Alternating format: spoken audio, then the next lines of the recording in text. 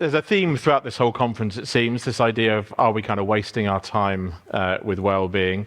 I'm going to take a slightly different tact, but I think some of the same themes are going to come across. Just a little bit about me. If you haven't heard about me, I'm putting this slide up for a couple of reasons. First of all, to tell you a little bit about Benefex.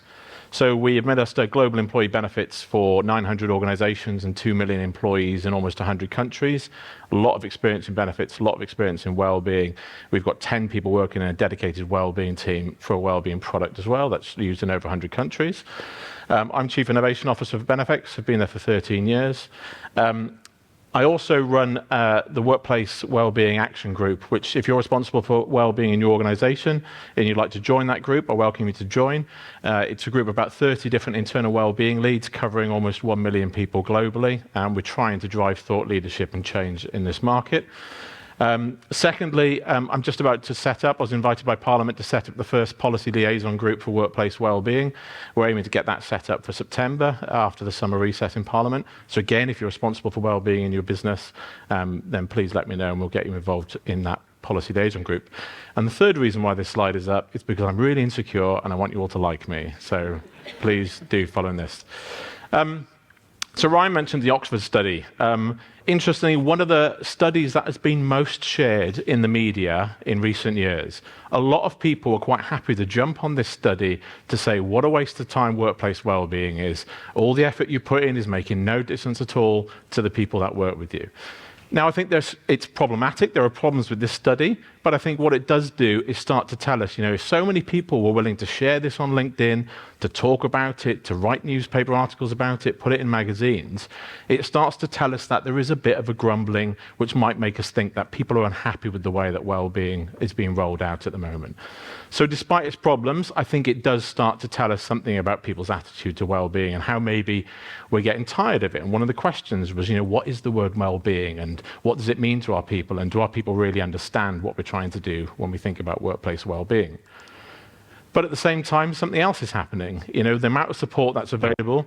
This is the 6th year that I've stood on this stage at this conference. And throughout that time, the number of people that were exhibiting in the hall, the number of wellbeing providers in the workplace has just gone up and up and up.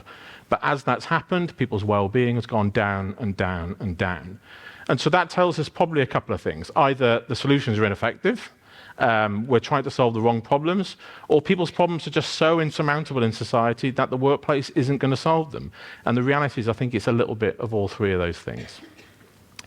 But fundamentally, one of the reasons why I think we're failing to make a difference, and this relates to one of the questions that was asked of Ryan, is I think we focus too much on risk rather than optimization. We don't see well-being as a way to grow a business.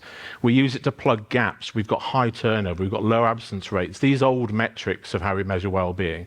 We don't think about how well-being can take you from the company you are now to make you an even better company, and how investment in that human capital potential is actually going to make you a much, much better organization. I mentioned the Workplace Wellbeing Action Group. That's given me a lot of insight into what wellbeing leads globally are facing. We work with some really, really big brands to do this. And there's a couple of things that I've pulled out of my experiences in chairing that group. So as well as that too much focus on risk and not enough focus on that, what we call optimum employee wellbeing, wellbeing budgets tend to be challenged and in some cases non-existent. Really difficult to get investment for wellbeing in lots of organizations. It's not taken seriously. You've still got lots of businesses. We've got big tech CEOs who are saying things like, just come to work, get paid, go home. Like, what's the problem? We've got government saying that mental health, we're too soft on mental health, and that's the reason why we're not making a difference. So it isn't taken serious enough in businesses. We often fail to engage stakeholders. Ryan was talking about line managers. How often do we actually support line managers? We point the finger at them when it goes wrong. From most people's experience at work, their line manager is the company they work for. But how often do we support those people? When I was 23 years old, I was given responsibility over 17 people with no management training whatsoever. People get jobs as managers because of tenure or technical ability. They don't get the kind of training that we think they should be. And again, I'm not, we've pointed fingers at line managers. That's only one example. But I think it starts to show us that we're failing to engage those stakeholders in what we're doing. I also think ownership is confused. I'm sure if I did a kind of ask for a show of hands as to where well-being sits in your organization, I'd get different answers. In the Workplace Wellbeing Action Group, half the group reports into health and safety. That's risk. Half of them report into HR, which is human capital optimization, in my view. So again, people are still struggling where this thing sits. I think the tech stack is too high. We've got loads of great providers out there, but it's just not realistic for all of you to just be buying tech and rolling out multiple platforms. You can't have 20 different bits of tech to solve all these little different bits of well-being in your organization. And the big one, and one I want to focus on, is well-being and benefit teams are disconnected. We deal a lot with benefit teams. Only very recently, earlier this year, we started to see that when we go for a tender as a business for a global benefits platform, the well-being people are starting to get involved in those conversations. Yet about 95% of all the benefits we offer globally are well-being related. Yet well-being people are not brought into those conversations. So I think that missing link really for us is about how do we establish a better relationship between employee benefits and well-being. Benefits are really well established. They don't suffer from some of the confusion of ownership that well-being does. There's a return on investment and a kind of profit and loss that's attached to well-being that we don't, benefits that we don't necessarily see in well-being. It connects globally. Lots of well-being apps can only be used in one country, but actually benefits we tend to roll out, and so in different regions. And so we start to see that actually we can deliver a more consistent well-being experience through the benefits that we offer. It's a really well-trodden path as well. So it's an area of the business, about 20 to 25% of payroll is spent on benefits globally every year. So it's a big investment, and companies are really interested in maximizing that investment. So when we bring those two things, benefits and well-being, close together, that enables us to maximize that significant investment for companies. And there's a lot of really heavy evidence behind how benefits themselves can actually improve people's well-being. So some really interesting research to show that if you take part in a cycle to work scheme, you are less likely to prescribe drugs for anxiety and depression. If you have an income protection policy, globally that tends to lead more people to take talking therapies. Some of the vocational extra services that come with these risk benefits actually allow people to get access to counsellors and remove some of those barriers like time and cost for people to be able to do that. We've got some really interesting evidence that if you have a dental insurance policy, you're less likely to have cardiac arrest. I'll go into, if anyone wants to talk about the specific details of why that is, it's really interesting. I'll talk about that at a separate time. Health screening saves 100,000 lives every year. And health insurance was found to be a significant determinant of happiness globally. So sometimes just having some of these policies in place without making a claim and using some of the services that come with them are actually enhancing people's well-being all around the world. And we've done some research at Benefex a couple of months ago, and we asked people, what is the most important to you when it comes to experience at work? And they told us well-being in the top 5, and they also told us benefits in the top 5. And then when we asked them, why do you want benefits? What are benefits going to do for you in your organization? 5 of the top 6 answers were all to do with well-being. So employees themselves are seeing benefit schemes as well-being. So again, these things should not be separate. And if we look at, so this is a graph I put in my latest book, but this kind of shows you exactly where benefits kind of come into this equation. So what you tend to have in most organizations is a promise, a well-being promise. And so this is, you come and work with us, we'll take care of you, we'll prioritize your well-being. If you just do that one thing, that's where well-being washing sits. If you do the top thing, the well-being experience, that tends to be you've got the right things in place, you communicate in the right place, in the right way. You might have some of these apps and stuff. But again, if you've just got those 2 things, you're probably really focused on, we'll help you, but we're giving you tools to go and do something yourself. That's a kind of self-care kind of approach. But when you start to add what lots of the benefits can do for people, I think benefits add this substance. So when you do struggle with life, when you get a cancer diagnosis or a mental health diagnosis, the practical help that you need steps in with people's benefit schemes. And we saw this through the pandemic. So we can track the number of people coming to their benefit schemes rocketed in every country as a country started to lock down. So we see that people see benefits and the benefit scheme as a place to go for wellbeing support. And like I say, most companies do these top 2 things very well. They let people feel like they care, they tell their employees they care, but it's when that substance comes in that we really start to feel like it makes a difference to people. So when they do really struggle with life, practical help kicks in, and that tends to be through their benefit scheme, which is why so many of these providers actually exist as benefits on benefits technology and benefit platforms. So I think we should be trying to think about well-being and moving it away from risk to this idea of a more sustainable and resilient future. So we start to use well-being to build better businesses, move it away from those old metrics which are just kind of plugging holes in the boat and starting to kind of strengthen ourselves and move a little bit faster. And we've got about 30 years, 3 decades of research to show that the more we can bring well-being and benefit strategies together, the more impactful that is. So this is something I created called the Health Hexstad. Really interesting word. I used ChatGPT to come up with it. Don't really understand what it means, but I was trying to find a word for 6 of something, and that's Hexstad. Copyright Benefex. But if you look at all these things, when we start to bring those 2 strategies together and we integrate those fully, we can start to see the impact across things like company performance, resistance to volatility, so resistance to economic downturns and pandemics. Businesses that prioritize these 2 things together start to weather the storm better than others. Total shareholder return, all these kind of typical measures of a successful organization all start to kick in and grow when we effectively bring benefit and well-being strategies together. And I'll delve into a couple of those examples here, exactly how we've done that. And obviously, we work with a lot of customers who've got access to a lot of data schemes, well-being schemes, and we can also compare that with how those companies are performing. Seeing employee well-being as a key stakeholder capitalism metric.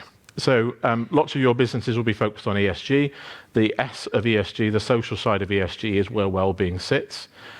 Social value for you as an organisation, or the social impact that you have on society and your people, that will come from well-being data. Ryan talked about some of the data that's starting to become available, how we can use that to our advantage. Using that data to actually drive some of our ESG goals is going to be really, really important going forwards. Family-friendly benefits are linked with something called the gain spiral. So psychologists call this thing a gain spiral, which is basically the more taken care of you feel at work, the better your work experience, the better your home life. The better your home life, the more likely you are to have a great experience at work and do all the things we need you to do, like sell and innovate and collaborate. There's a tsunami of government legislation, I'm pretty confident, is on its way in the next 10 years or more, about showing how do you make an impact on your people. I think if we see a change of government next month, we're going to start to see that kind of speed up a little bit more.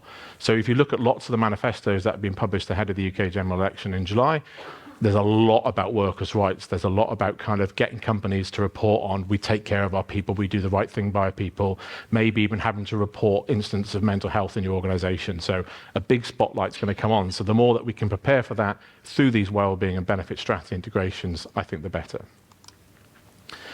We can also see that bringing those 2 strategies together creates something called the growth trifecta, which is, I won't go into it in any detail, but a really significant part of how you create a successful business, the 3 kind of key areas that grow a successful and high-performing business. We know that well-being benefits optimize people, and they do that to the tune of about £6,000 per employee. So actually you can start again to see people as an investment that if you take care of and invest in, that grows over time. We can link individual well-being with profitability. Well-being benefits in organisations that have them leads to more innovation in that organisation. We can even correlate well-being benefits with productivity in your organisation too. But less than a third of organisations actually connect those 2 experiences together. So they don't tend to bring benefits and well-being together. We roll out benefit schemes where people have got some really good well-being tools, but they're not on the same platform, they're not in the same place.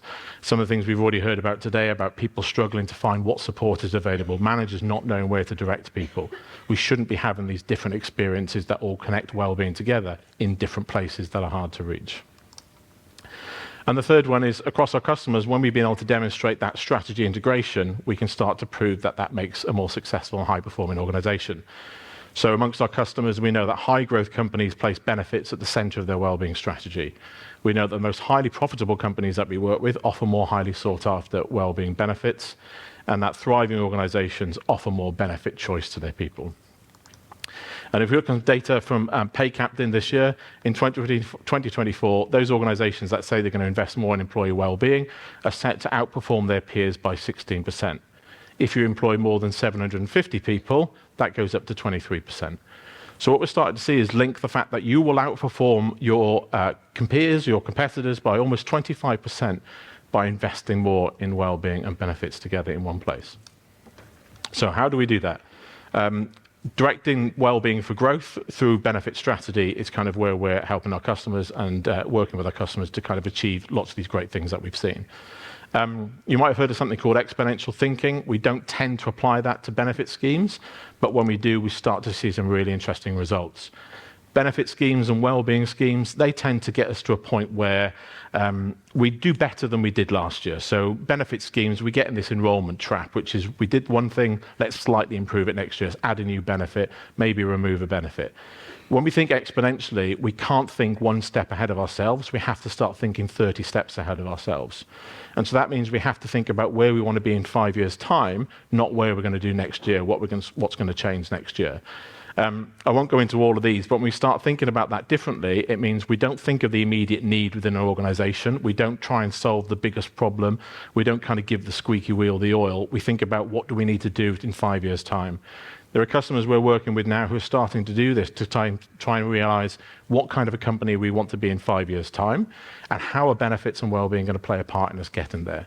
And so we've got customers that are offering fully paid health insurance to every single employee, regardless of level. And so you have people now minimum wage with fully funded health insurance.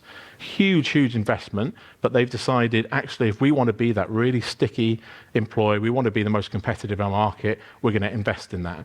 But they're also then tying it to what they need to achieve as a business. So they're going to the managers and saying, if you need to recruit more female engineers into your part of the business, whatever it might be, we will show you how our benefit scheme is going to play a part in helping you to attract that. So they're engaging stakeholders in a way that we don't tend to see when it comes to benefits and well-being.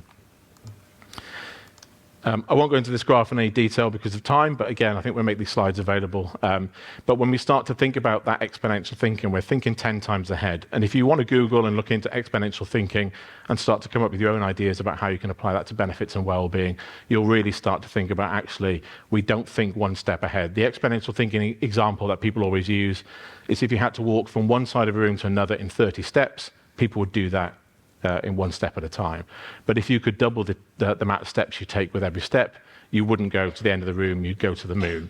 And so it's a really kind of new way of thinking. It's kind of emerging into HR at the moment, but exponential thinking in employee benefits is not something a lot of people do, but it's really thinking about where do we need to be and how do we get there, rather than how do we just be better than we were next year or better than our competitors.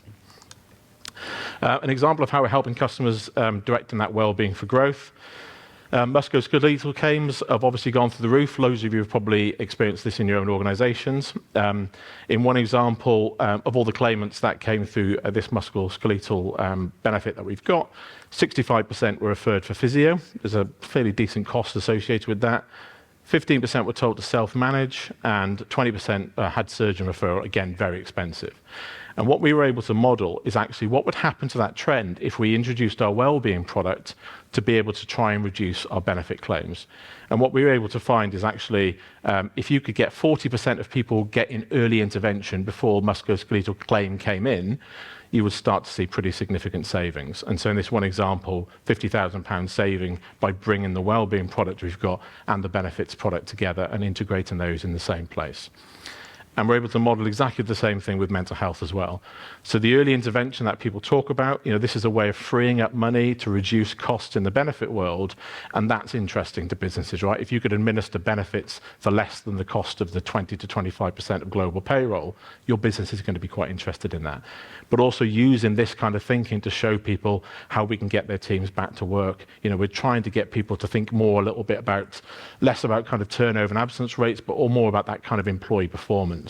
So, the question earlier on about how do we get people to disengage with well-being because they don't really understand the word, I think it's performance. I think in the workplace, if you tell people to do something, if you offer well-being support in the workplace, but you tell them if they do it, they're going to be better at their job, they will find the time, your managers will give them the time, and you'll start to see the results on the back of that. But I think all of that in the last few minutes asks this really big question, really, is when you think about what's going on in the world, when you think about what's going on in the UK, the number of people that support you with your well-being has been slowly disappearing over time. The old places where you used to get support, the state, the NHS, etc., we can't rely on those in the same way that we needed to. Every manifesto puts NHS funding at the top of what they want to achieve. It requires a big change and a lot of money. So anyone with the best ambitions in the world is not going to do anything about that situation too much, too soon.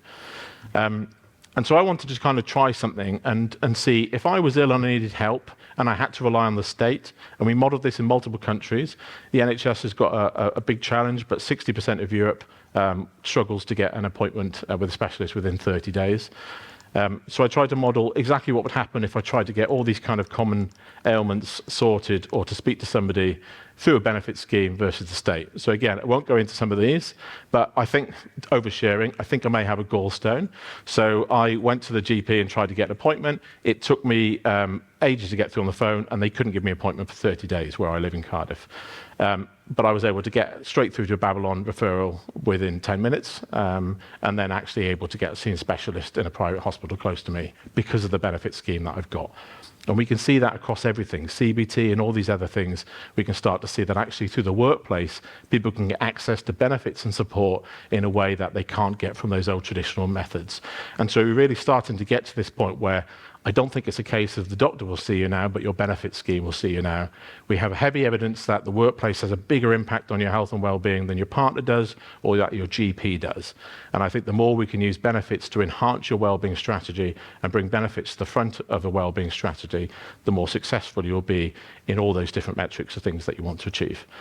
If you want to have a chat about anything we said here, disagree with it, debate it, we're on stand 62. Please come and see us and learn a little bit more about how we're helping organisations. Thank you. Thank you. That was brilliant, and particularly your last points. They're so pertinent, aren't they?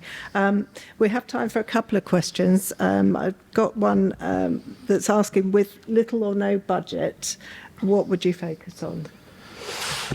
I think it's about what's impactful. I mean, if you look at the data at the moment, one of the two big things that are impacting people are musculoskeletal because of the increase in hybrid and remote working and mental health. I mean, it's really, really difficult. I get asked this question all the time. The question is either we don't have a budget or we're too small. I think you need to do what you can. I think some of the stuff that Ryan talked about, which is just making sure that whatever support you are able to offer, that people know it's there. So there's a comms piece here. There's a lot of great research by the CIBD that shows even in companies that do loads of stuff to support your well-being, less than a third of managers know where to direct people, and 1 in 8 people know where this stuff is. So I would say bring whatever support you've got together in one place. I think, you know, this disconnect we've got with all these different well-being apps and occupational health and benefits and content, all that stuff in different places is not working. You have to bring that together and make it easy for whatever it is that you've got to find. And at the risk of making everyone late for lunch, I think there's an interesting question that you could unpack here, is how much do companies have to spend on well-being to improve their productivity? So, I mean, I think the question is how good do you want to be and seeing well-being as an investment. I mean, human capital, when you employ people, that is an investment. The more you nurture an investment, the more you invest in and take care of that investment, the higher the gains are going to be. And so, I mean, I put loads of stuff in the book and we'll happily talk to people about it in detail.